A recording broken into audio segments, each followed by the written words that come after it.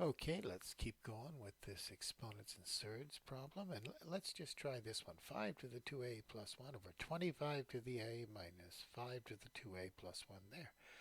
Well, we can't do anything with 5 to the 2a plus 1, but we know we can write 25 is really 5 squared, so it's 5 to the 2a. And now so much of this stuff is all about factoring and canceling. Look, see this 5 to the 2a and 5 to the 2a? It's in both of these.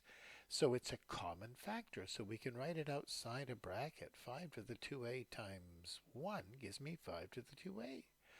And 5 to the 2a times minus 5, well, that gives me 5 to the 2a times 5. So minus 5 times 5 to the 2a, it just gives me this right here.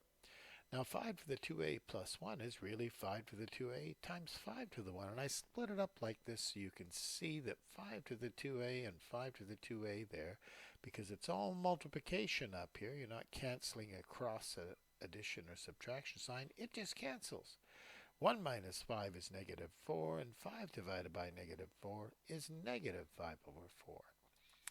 The last two questions are surd questions, and all you have to do without a calculator, so you've got to show that 108 is really, your calculator will say 6 root 3, but you have to show that it's root 36 times root 3, or you just don't get the marks. And 147 is 49 times 3. You see, I need perfect squares like 36 and 49 to make this work. And 27 is 9 times 3. Now I can write down root 36 is 6, so it's 6 root 3. Root 49 is 7, so it's 7 root 3. And root 9 is 3, so it's 3 root 3.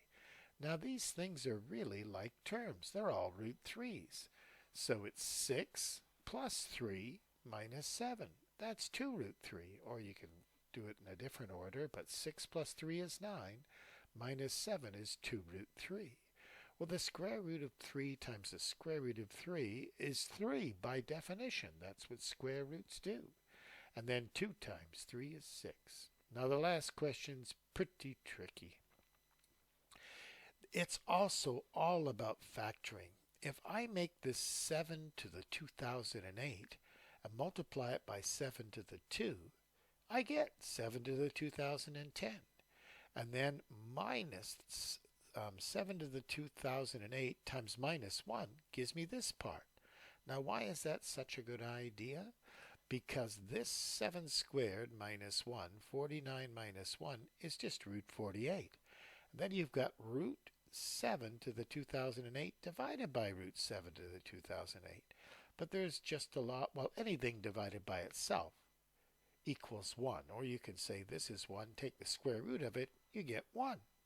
And 48 is 16 times 3. The square root of 16 is 4. There's your answer, 4 root 3.